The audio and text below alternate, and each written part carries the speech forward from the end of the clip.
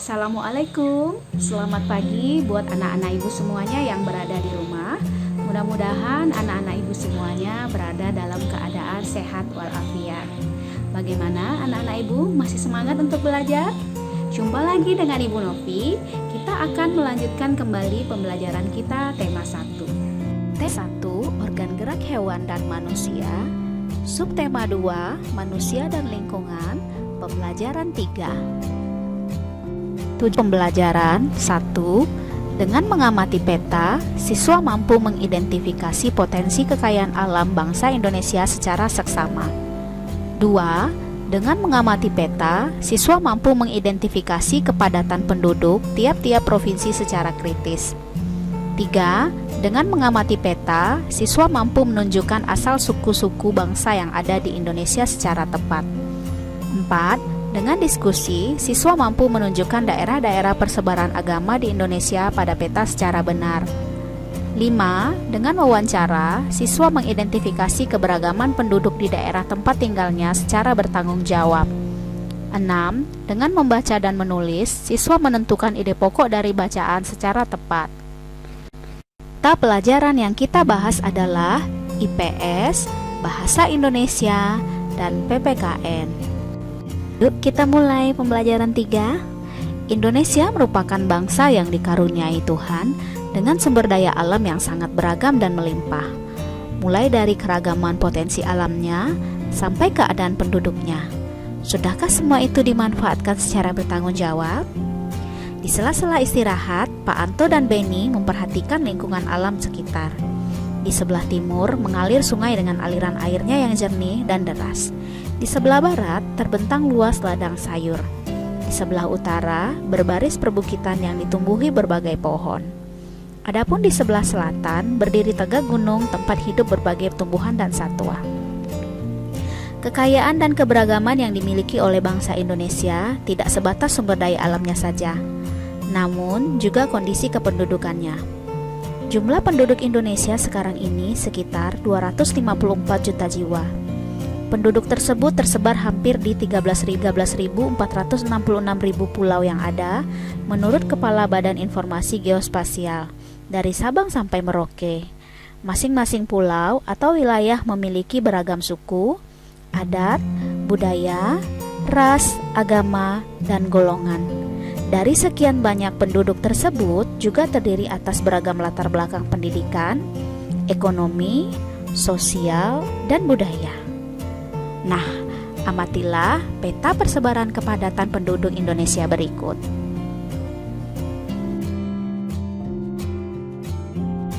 Berdasarkan peta persebaran kepadatan penduduk di Indonesia, jawablah pertanyaan-pertanyaan berikut.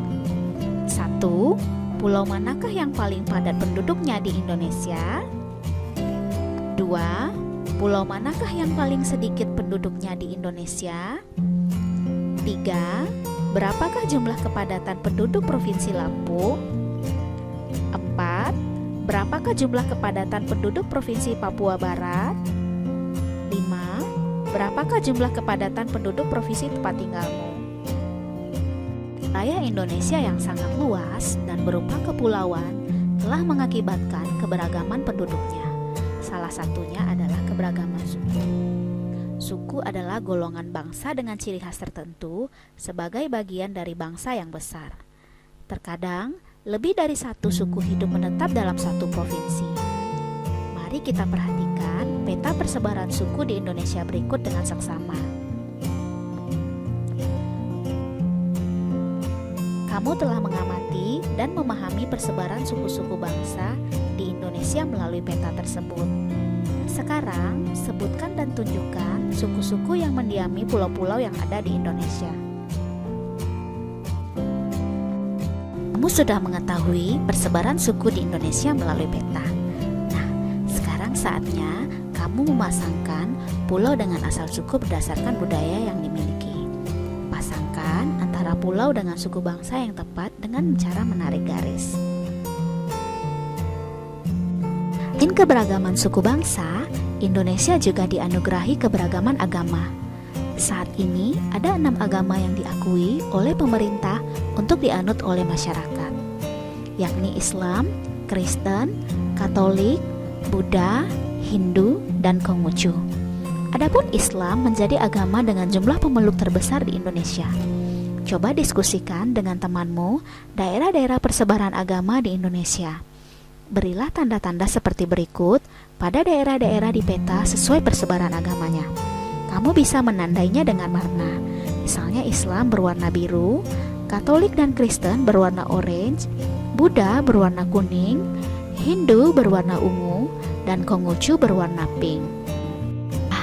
Beragam sekali ya penduduk Indonesia.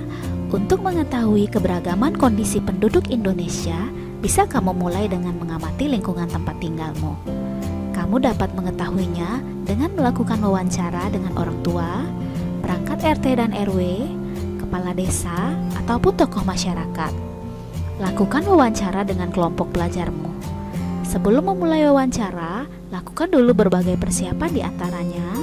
1. Tentukan tempat dan waktu wawancara. 2. Tentukan korespondennya. 3. Tentukan tugas masing-masing anggota. 4. Siapkan peralatan. Dan 5. Susunlah pertanyaan-pertanyaan dengan baik. Adapun tema wawancara, wilayah tempat tinggalku adalah Indonesia kecil. Hal yang menjadi perhatian, yang pertama adalah agama penduduk, yang kedua, suku penduduk, yang ketiga, tingkat ekonomi penduduk, yang keempat, tingkat pendidikan penduduk. Tuliskan hasil wawancaramu pada kolom berikut. Benny ingin sekali menjadi anak yang peduli terhadap lingkungan sekitar. Namun, Benny bingung ingin memulainya dari mana, karena lingkungan tempat tinggalnya sangat beragam, baik dari sosial, budaya, agama, suku, profesi, maupun sumber daya alamnya. Walaupun demikian, semua warga hidup dengan rukun. Mereka saling membantu, terutama dalam masalah-masalah yang berkaitan dengan kepentingan umum. Kepedulian mereka juga sangat tinggi apabila ada salah satu warga yang sedang mengalami kesusahan, seperti saat ada orang yang sakit, ada orang meninggal, dan lain-lain. Nah, sekarang kita akan menyimak teks tentang kerukunan umat beragama. Saat membaca, kita perhatikan setiap kalimat yang menyusun paragraf. Ayo kita simak teks berikut dengan seksama. Kerukunan umat beragama di Indonesia. Paragraf 1. Kerukunan umat beragama merupakan bentuk hubungan antar manusia yang damai berkat adanya toleransi beragama. Toleransi beragama adalah suatu sikap saling mengerti dan menghargai tanpa adanya sikap membeda-bedakan dan mengecilkan umat agama lain. Paragraf 2. Kerukunan umat beragama sangat penting bagi bangsa Indonesia untuk mencapai kesejahteraan hidup. Seperti yang telah kita ketahui bahwa Indonesia memiliki keberagaman yang begitu banyak. Salah satunya adalah agama. Meskipun mayoritas penduduk Indonesia memeluk agama Islam, namun ada beberapa agama lain yang juga dianut, yakni Buddha, Hindu, Kristen, Katolik, dan Konghucu. Setiap agama tentunya memiliki aturan masing-masing dalam menjalankan ajaran agamanya. Namun, perbedaan ini bukanlah alasan menjadi pemecah belah, namun justru menjadi pemersatu dan memperkaya nilai-nilai dalam masyarakat. Sebagai salah satu saudara dalam tanah air yang sama, kita harus menjaga kerukunan umat beragama agar bangsa dan negara kita tetap menjadi satu kesatuan yang utuh. Paragraf 3. Tri Kerukunan Umat Beragama merupakan program yang direncanakan pemerintah untuk menciptakan kehidupan beragama damai dan rukun. Program ini menghendaki adanya kerukunan antar umat beragama dalam satu agama atau intern umat beragama, kerukunan antara umat beragama yang satu dengan agama lain, dan kerukunan antara umat beragama dengan pemerintah. Hal ini perlu dilakukan untuk mencegah munculnya konflik dalam kehidupan beragama. Paragraf 4. Tri Kerukunan Umat Beragama bertujuan agar masyarakat Indonesia bisa hidup dalam kebersamaan, meskipun banyak perbedaan. Program ini harus diwujudkan agar tidak terjadi pengengkangan dan pengurangan hak-hak dalam menjalankan ajaran agama, seperti dalam pendirian rumah ibadah, pelaksanaan ibadah, dan hari besar keagamaan, serta penyiaran agama. Paragraf 5. Tri kerukunan umat beragama dimulai dengan kerukunan antar umat beragama dalam suatu agama atau interumat beragama. Perbedaan pandangan dalam suatu agama dapat memicu terjadinya konflik dalam agama itu sendiri. Oleh karena itu, perbedaan pandangan ini haruslah diupayakan agar tidak saling merasa bahwa pandangannya adalah yang paling benar. Paragraf 6.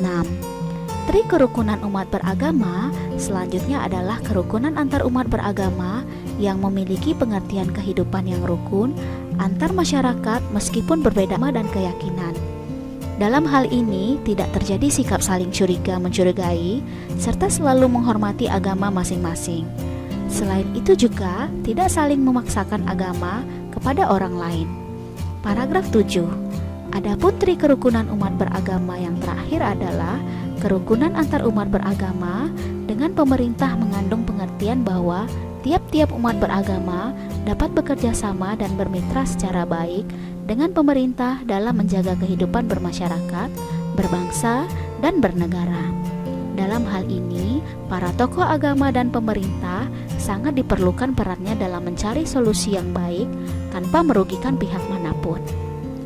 Nah, anak-anak, kamu sudah membaca teks tentang kerukunan beragama. Kini saatnya kamu tentukan ide pokok dari masing-masing paragraf. Menjaga kerukunan beragama merupakan perilaku yang baik yang harus dilakukan oleh siapapun. Hal tersebut juga mencerminkan penerapan nilai-nilai luhur yang terkandung dalam sila Pancasila, terutama sila ketuhanan yang Maha Esa. Setiap sila dalam Pancasila memiliki nilai-nilai luhur yang berbeda satu sama lain. Sekarang, bersama dengan temanmu, bandingkan nilai-nilai luhur setiap sila dalam Pancasila. Pancasila menjadi pandangan hidup bangsa Indonesia. Maka dari itu, perilaku dan sikap masyarakatnya haruslah mencerminkan nilai-nilai luhur Pancasila. Meskipun demikian, sering kita jumpai dalam kehidupan sehari-hari perilaku orang-orang sekitar kita yang tidak mencerminkan nilai-nilai Pancasila. Berikut beberapa contoh perilaku yang tidak mencerminkan nilai-nilai Pancasila. Lingkungan, di sekolah, perilaku yang tidak sesuai dengan nilai-nilai Pancasila. Yang pertama, memilih teman hanya yang kaya saja. 2. Tidak mau meminjamkan peralatan sekolah kepada teman. 3. Menyontek. 4. Berkelahi. 5. Tidak mau mengikuti upacara bendera. Yang keenam, mengejek teman. Di lingkungan rumah, perilaku yang tidak sesuai dengan nilai-nilai Pancasila. 1. Tidak melaksanakan ibadah sesuai dengan agamanya. 2. Tidak mau berbagi makanan dengan anggota keluarga yang lain. 3. Bermalas-malasan. 4. Membantah orang tua. 5. Memaksakan kehendak kepada anggota keluarga. 6. Berbohong. Lingkungan masyarakat, perilaku yang tidak sesuai dengan nilai-nilai Pancasila. 1. Tidak mau menjenguk tetangganya yang sakit. 2. Melarang orang lain melakukan peribadahan sesuai dengan agamanya. 3. Minum minuman keras dan berjudi. 4. Tidak mau mengikuti kerja bakti, ronda, dan rapat lingkungan. 5. Suka pamer kekayaan. 6. Mencuri. 7. Menganiaya teman. 8. Melakukan kekerasan. Banyak faktor yang membuat bangsa Indonesia menjadi sebuah bangsa yang besar yang bisa disandingkan dengan bangsa-bangsa besar lainnya di dunia. Banyak faktor pula yang menjadikan kita semakin bangga menjadi warga negara Indonesia. Faktor-faktor tersebut antara lain sebagai berikut. 1. Nilai-nilai luhur yang hidup di tengah-tengah masyarakat. 2. Wilayahnya yang luas dan berupa kepulauan. 3. Letak geografis dan strategisnya. 4. Besarnya jumlah penduduk. 5. Beragamnya suku, agama, ras, dan golongan. 6. Beragamnya budaya, sosial, dan ekonomi. Keberagaman yang dimiliki oleh bangsa Indonesia tidak terlepas dari pengaruh luasnya wilayah Indonesia. Wilayah Indonesia berupa kepulauan yang terdiri atas pulau besar dan kecil, baik yang berpenghuni maupun yang tidak berpenghuni. Meskipun demikian, keberagaman ini bukanlah menjadi pemecah, justru menjadi pemersatu bangsa dengan berlandaskan Pancasila. Demikian video pembelajaran 3 kali ini. Tetap semangat belajar meskipun saat pandemi COVID-19. Ingat, jaga kesehatanmu, makan makanan yang bergizi dan istirahat yang cukup. Dan jika bepergian keluar, gunakan masker. Wassalamualaikum warahmatullahi wabarakatuh.